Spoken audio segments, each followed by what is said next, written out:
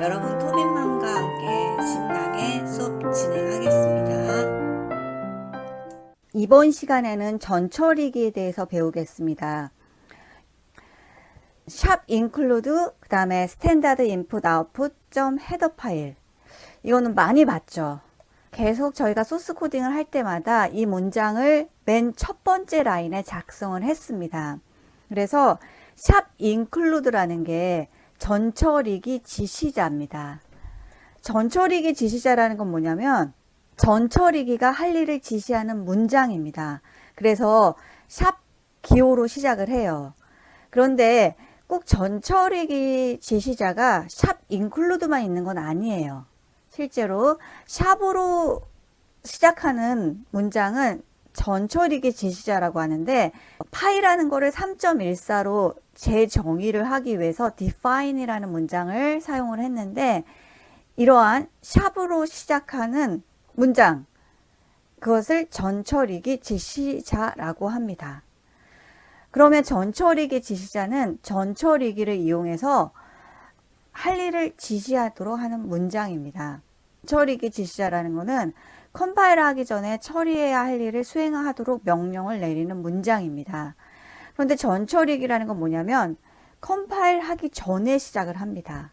그래서 샵 include 스탠다드 인풋 점 헤더라는 거는 라이브러리라고 해서 일반적으로 함수들의 모음입니다. 이런 스탠다드 인풋 아웃풋 점 헤더라는 라이브러리를 포함시켜라 라는 문장이 샵 include 스탠다드 인풋 아웃풋 점 헤더인데, 이 샵 include 문장이 들어가게 되면 컴파일 하기 전에 미리 스탠다드 인풋 아웃풋 점 헤더 파일을 가져옵니다. 라이브러리를. 그래서 파일들을 모두 다 가져와서 컴파일 하기 전에 미리 처리를 해줍니다.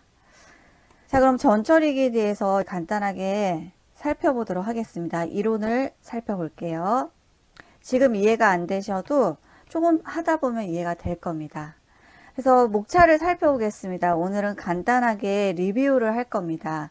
지난 시간에 배웠던 내용 복습을 하고, 그다음에 헤더 파일, 기호상수. 기호상수는 그 변하지 않는 숫자, 변하지 않는 문자의 경우에는 미리 define이라는 걸 이용해서 정의를 해줍니다. 그것을 기호상수라고 하는데, 샵 define으로 시작을 합니다. 그래서 기호상수 배우고 내용 정리를 한 후 실습을 해보겠습니다. 먼저 리뷰를 할게요. 여러분이 잠깐 영상을 멈추시고 다음 소스에서 에러를 찾아보고 한번 수정해 보십시오. 이제 반드시 틀린 부분이 있습니다. 그러면 한번 살펴볼게요. 차 A하고 그 다음에 큰 따옴표 A라고 나왔습니다. 문자의 경우에는, 문자형의 경우에는 반드시 작은 따옴표 안에 넣어야 되고, 문자열로 나타내고 싶어요. 그러면 A1이라고 하고, 그 다음에 자릿수로 와야 되죠. 그런 다음에 내가 나타내고자 하는 채토빈, 문자열을 기입을 해줍니다. 채토빈이라고 결과가 나오고 싶어요. 그러면 이 안에다가 정확하게 저희가 이제 바이트 수를 넣어줘야 되죠. 한글의 경우에는 2바이트입니다. 그래서 2바이트, 4바이트, 6바이트인데 우리가 항상 이제 문장의 끝을 알려주는 널문자가 포함이 돼야 됩니다. 그래서 실제로 우리가 이렇게 입력을 하지만 여기 담기는 공간은 역/0이라는 이 코드 값도 포함시켜줘야 됩니다. 우리는 채토빈이라고 입력을 했지만 그래서 정확하게 7이라고 입력을 해야 됩니다. 근데 만약에 이제 여러분이 생략 가능해요. 정확하게 바이트 수를 하게 되면 얘가 이제 임의로 크기를 잡아서 채토빈이라는 문자열을 넣어줍니다. 메모리에. 그러면 이제 이거 결과를 출력하고 싶으면 %s라고 해야 되고요. 그 다음에 여기에는 A1이라고 기입을 해주시면 됩니다. 그래서 A라는 문자형과 A1이라는 문자열을 각각 출력하고 싶으면 %c와 %s라는 변환 명세를 각각 사용해 주셔야 됩니다. 그럼 결과 한번 확인해 보겠습니다. 결과 한번 확인해 볼게요. F11키 누르면 A하고 채토빈이라고 나오죠. 그래서 문자열의 경우에는 %s를 사용하는 거 스트링입니다. 스트링. 그런데 똑같이 차를 사용을 해요. 데이터양은 똑같이 차를 사용하지만 문자열의 경우에는 큰 따옴표 안에 명시를 하고 크기를 명시하기 위해서 이렇게 배열처럼 가로 안에 값을 넣어줘야 됩니다. 그래서 반드시 이거는 4라고 하게 되면 안 돼요. 4라고 하게 되면 안 됩니다. 영문 1바이트, 한글 2바이트입니다. 그래서 다음 소스에서의 에러를 찾아보고 수정하세요. 여러분 다 맞으셨나요? 그래서 문자는 작은 따옴표를 이용한다. 그 다음에 정수, 상수를 표현할 때 콤마는 이용할 수 없다. 그래서 int money하고 콤마를 빼고 2300이라고 해주셔야 되고요. 데이터양은 두 개를 사용할 수 없습니다. 하나만 사용해야 돼요. 그래서 실수형의 경우에는 더블이나 플롯 중에 하나만 명시를 해야 되고요. 더블이라고 했을 때는 변환 명세로 %lf, 그 다음에 플롯으로 했을 경우에는 %f를 흔히 변환 명세로 사용을 합니다. 문자 A를 출력하기 위해서는 %c라고 해야 됩니다. 그래서 위 결과는 A의 아스키 코드 값 65가 출력이 돼요. 프린트 F에서 문자를 출력하려면 제어 문자 %c를 이용해야 됩니다. 헤더 파일은 확장자가 이런 식으로 H로 되어 있습니다.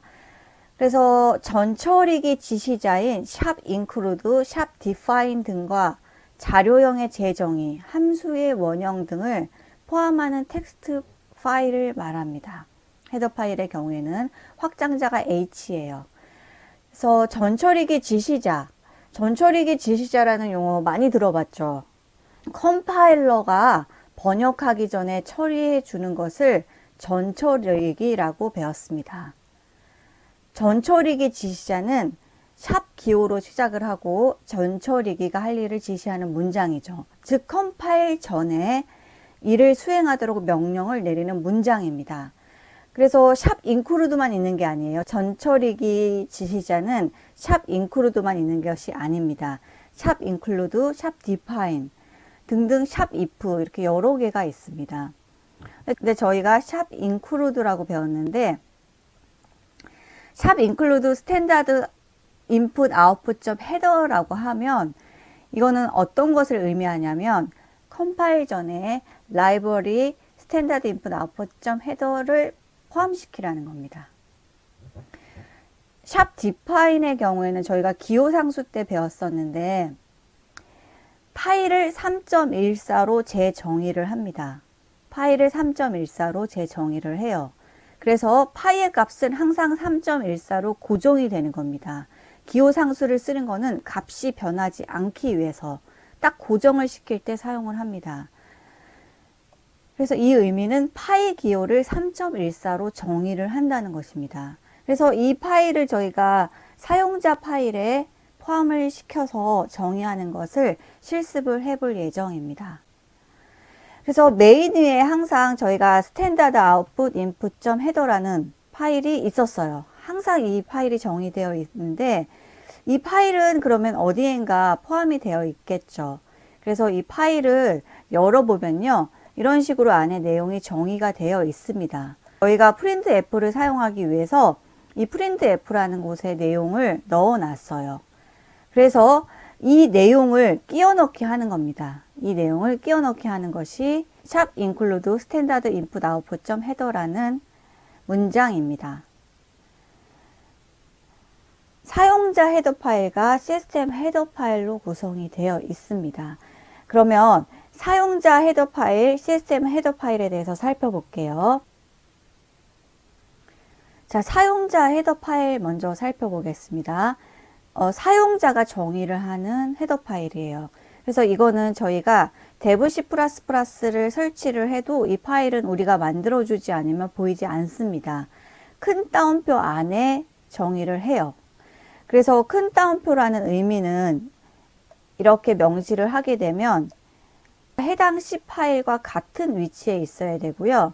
그 다음에 만약에 같은 위치에 없게 되면 시스템 include 폴더를 차례로 검사를 합니다. 그래서 include라는 폴더 안에는 헤더 파일들이 정의되어 있습니다. 한번 다음 슬라이드로 넘어가 볼게요. 시스템 헤더 파일이라고 해서 저희가 샵 include standard input output.header라고 맨 첫 번째 문장에 항상 정의를 했죠. 그리고 또 어떤 파일을 배웠었냐면 저희가 오버플로우 했을 때 limit.header라는 시스템 헤더 파일을 배웠습니다. 그래서 또 다른 시스템 헤더 파일로 저희가 limits.header라고 해서 C 프로그램에 사용되는 각종 상수가 정의된 것입니다. 오버플로우 했을 때 살펴보았는데 숄트형의 데이터 크기, 맥시멈 크기와 미니멈 크기를 알아보기 위해서 이 헤더 파일을 사용을 했었습니다. 그러면 파일이 한번 어디에 있는지 한번 살펴보도록 하겠습니다. include standard input output.header라고 저희가 정의를 했는데 이 파일이 어디에 저장되어 있는지 한번 살펴보겠습니다. 샵 include standard input output.header라는 파일이 있습니다. 여러분이 이 부분에다가 마우스를 한번 서서히 갖다 대 보십시오. 이 부분에 풍선 도움말이 뜹니다. 노란색으로 이렇게 풍선 도움말 표시가 나죠. 그러면 여기에 컨트롤 클릭 for more information 이렇게 나옵니다. 그러면 컨트롤 키를 누르고요. 컨트롤 키를 눌러보세요. CTRL을 누르면 손 모양이 보이죠. 손 모양 떼면 없어져요. 다시 손 모양 그런 다음에 마우스로 클릭해 보세요. 자, 그럼 파일이 열렸습니다. 스탠다드 인풋 아웃풋 헤더 파일에 포함된 내용들입니다. 저희가 샵 include 스탠다드 인풋 아웃풋.header라는 파일을 1번 문장에 코드를 기입을 했죠. 그러면 지금 여기 보이는 이 내용 전체가 컴파일 전에 포함이 되는 겁니다. 컴파일 전에 일로 포함이 되는 거예요. 그래서 전처리기 지시자인 샵 include를 이용해서 전처리기에게 명령을 했죠. 스탠다드 인풋 아웃풋.header라는 파일을 포함시켜라. 이 말은 그 안에 있는 내용을 포함시키라는 겁니다. 컴파일 하기 전에. 그래서 컴파일 하기 전에 포함시켜라 라고 지시를 했기 때문에 이 안에 있는 내용이 포함이 됩니다. 그럼 저희는 이제 printf라는 함수를 이용해서 어떠한 문장을 출력을 하고 싶어요. 그러면 이 printf라는 함수가 이 파일 안에 정의가 되어 있겠죠. 함수가 들어가 있기 때문에 저희가 이것을 사용해서 화면에 출력을 한 겁니다. 그럼 이 파일을 한번 찾아볼게요. 검색하시고요. 컨트롤 F키 누르셔도 됩니다. 검색어로 printf라고 한번 입력을 해보세요. 그 다음에 대소문자 구분에 체크를 좀 하시고요. 단어로만 검색. 단어로만 검색에도 체크를 해주세요. 안 그러면 이제 이 printf 앞에 꼭 printf만 있는 게 아니라 여러 가지가 있을 수 있는데 관련된 게 다 검색이 됩니다. 그래서 검색을 한번 눌러보세요. 그러면 지금 보시면 printf라는 함수가 이렇게 정의되어 있다는 게 나옵니다. printf라는 함수가 이러이러한 식으로 정의되어 있으니까 우리는 이거를 가져다 이제 사용을 한 겁니다. 이 문장이 없으면 사용할 수가 없어요. 사용할 수가 없습니다. 근데 컴파일러가 완화돼서 저희가 이 헤더 파일을 포함시켜 주지 않아도 데브시플플에서 임의로 포함을 해서 결과를 도출하는 걸 볼 수 있습니다. 약간의 워닝만 발생을 시키고 그러나 꼭 명시를 해줘야 됩니다. 그러면 이 스탠다드 아웃풋 인풋.헤더 파일의 위치를 한번 볼게요. 위치가 어디냐면 오른쪽 마우스를 한 다음에 해당 폴더를 열 수 있는 곳이 나옵니다. 그러면 클릭하고 들어가 보세요. 그러면 저희가 파일 관리자 통해서 이 스탠다드 인풋 아웃풋 헤더 파일이 있는 위치가 나옵니다. 저희는 프로그램 파일 밑에 devC++라는 걸 설치를 했고요. 그리고 include라는 폴더 안에 라이브러리, 헤더 파일들이 모두 다 정의가 되어 있습니다. 모두 다 들어가 있어요. 그래서 이 include라는 폴더 밑에는 수없이 많은 헤더 파일이 정의되어 있습니다. 그래서 우리는 이거를 가져다 그냥 사용하는 거예요. 뭐라고? 전처리기 지시자인 샵 include 뭐뭐뭐.header라고 명시해 줌으로써 이 파일 안에 있는 내용들을 저희가 가져다 쓸 수 있는 겁니다. 이 파일 안에 있는 함수들을 가져다 쓸 수 있는 거예요. 그럼 저희가 stdio 5점 헤더 파일은 어디 있는지 한번 찾아보겠습니다. 키보드로 std라고 입력해 보세요. 그러면 std라고 시작된 파일들이 보이고요. 가운데쯤 보면 이렇게 스탠다드 input output.header라는 파일이 있습니다. 그래서 저희가 이렇게 프로그램 파일스 밑에 dev C++가 설치되어 있고 그 밑에 include라는 폴더에 C 헤더 파일들이 정의되어 있는 것, C 헤더 파일들이 포함되어 있는 것을 볼 수 있었습니다. 그럼 다시 이런 파일을 좀 보겠습니다. 헤더 파일이죠. 그러면 시스템 헤더 파일은 대부분 개발 도구가 설치된 dev C++죠. 가 설치된 폴더에서 hub include라는 이름의 폴더의 존재를 합니다. 그래서 include라는 폴더 밑에 자 이렇게 여러 개의 헤더 파일이 사용이 되었는데 저희가 이제 주로 사용하는 헤더 파일을 모아 놓은 것입니다. time.header라고 해서 임의의 정수를 발생시키는 겁니다. 로또는 임의의 숫자, 임의의 문자가 나오죠. 그래서 로또 대박나기는 어렵겠지만 우리가 임의의 숫자로 해서 뭐 6, 4, 5, 3, 7 이렇게 구입을 했어요. 그러면 첫 번째입니다. 6, 5입니다. 3입니다. 이렇게 임의의 정수 값을 발생시킬 때 이 time.header 파일을 이용을 합니다. 그리고 limits.header라고 해서 오버플로 발생할 때 쇼트형의 미니멈 사이즈, 쇼트형의 맥시멈 사이즈를 알아보기 위해서 이 헤더 파일을 인클루드 시켜 썼습니다. 자, 지금부터는 이제 실습을 해볼 건데요. 사용자 헤더 파일을 하나 만들 겁니다. 이 사용자 헤더 파일은 이제 만드는 방법은 이 파일을 만들어서 스탠다드 인풋 아웃풋 헤더 파일이 있는 include 폴더 안에 넣어도 돼요. 넣어도 됩니다. 그래서 흔히 시스템 헤더 파일의 경우에는 대괄호 하고 파일명 대괄호를 합니다. 그런데 사용자 헤더 파일의 경우에는 저희가 큰 따옴표 안에다 명시를 해줍니다. 시스템 헤더 파일에는 일반적으로 대괄호, 파일명, 끝나는 대괄호. 그렇지만 사용자 헤더 파일의 경우에는 일반적으로 큰 따옴표 안에다 명시를 해줍니다. 파일 주소 방식에 절대 주소와 상대 주소가 있는데 테스트 01.header라고 명시를 했다는 것은 테스트 01.header와 테스트 01.c라는 파일이 동일선상에서 같은 위치에 있기 때문에 이 테스트 01.c에서 테스트 01.header라는 파일을 불러온 겁니다. 만약에 이 테스트 01.header 파일을 다른 폴더 밑에다 저장을 해 놓으면 샵 include 하고 구문을 다시 적어 주셔야 됩니다. 테스트 01.header라고 적으면 나오지 않아요. 그래서 같은 폴더 밑에다가 저장이 되어 있어야 됩니다. 그래서 지금 테스트 01.header 파일 보시면 샵 include 테스트 01.header라고 사용자 헤더 파일을 정의를 했습니다. 그런데 저희가 printf라는 문장을 사용을 하려면 반드시 스탠다드 인풋 아웃풋 헤더라는 파일이 정의되어 있어야 한다고 했죠. 그래서 테스트 01.header라는 파일을 하나 만든 다음에 시스템 헤더 파일을 정의한 샵 include 스탠다드 인풋 헤더 이 문장을 포함을 시켰습니다.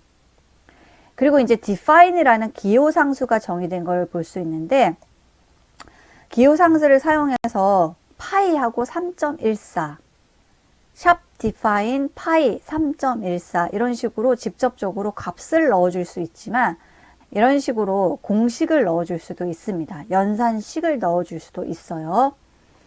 그래서 이거를 좀 잘 분석을 하셔야 되는데 이 문장은 이제 매크로라고 합니다. 기호상수를 다른 말로 매크로라고 하는데 대체되는 값을 넣던지 또는 대체되는 연산식을 넣어줄 수가 있습니다. 샵 define이라고 해서 소스에서 지정된 기호 상수를 정의된 치환 문자로 대체하는 역할을 수행한다고 합니다. 말이 어렵죠. 말이 어려운데 말 그대로 샵 디파인 파이 3.14라고 하면 파이를 3.14로 대체한다는 겁니다. 그래서 기호상수를 다른 말로 매크로라고 하는데 파이라는 걸 기호상수라고 합니다. 기호상수는 변하지 않은 값을 정의할 때 사용을 해요. 누군가 3.14라는 중요한 값을 소스 코드 내에서 변경을 할 수가 있어요. 그래서 변경하지 못하도록 이렇게 고정을 시켜 놓는 겁니다. 그러면 저희가 이제 전처리기 지시자에 의해서 이 문장이 아예 고정이 됩니다. 컴파일 전에 세팅이 되고요.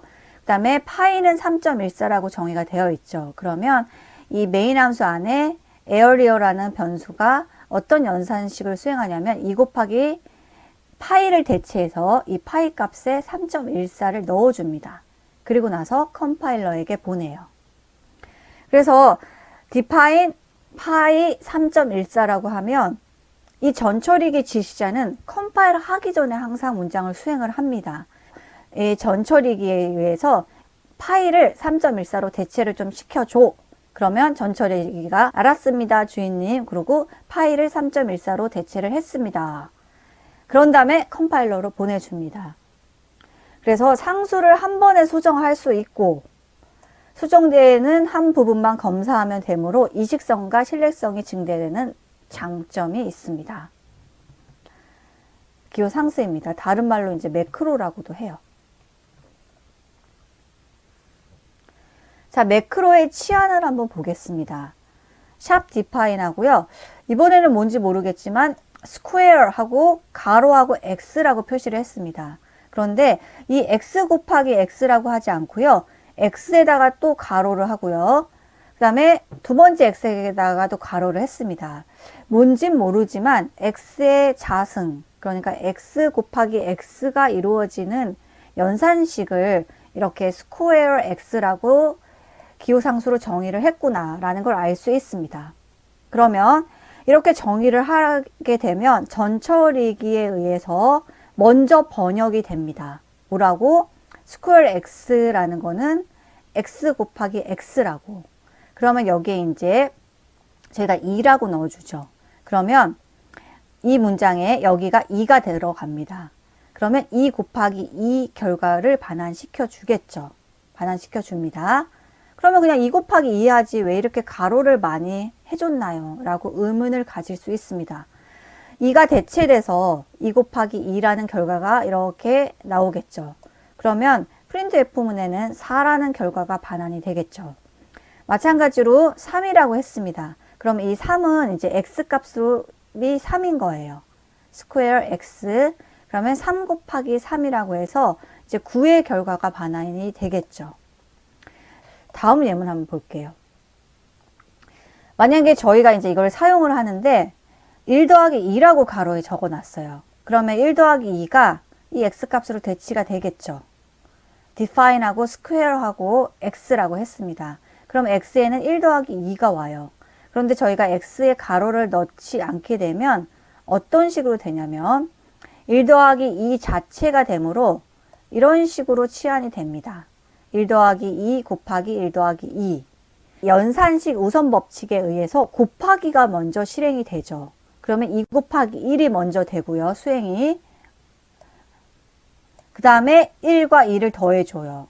그럼 결과가 5가 나옵니다. 우리는 x 곱하기 x를 수행하고 싶지 5라는 결과를 나오게 하고 싶지는 않아요. 그래서 여기에 x 곱하기 x라고 해줘야 됩니다. 또 이제 저희가 주의할 게 스퀘어 다음에 공백이 허용되지 않습니다. 그리고 또 주의할 게 저희가 이제 디파인 하고요. 학생들이 이제 이걸 교재를 보고 오픈북인데 또 불구하고 여기다 등호를 넣으신 분들이 많더라고요. 등호 아닙니다. 실제 이제 등호가 되면은요, 이 등호까지 해서 대체가 돼요. 등호까지 해서 대체가 됩니다. 그래서 등호 없어요. 등호 없습니다.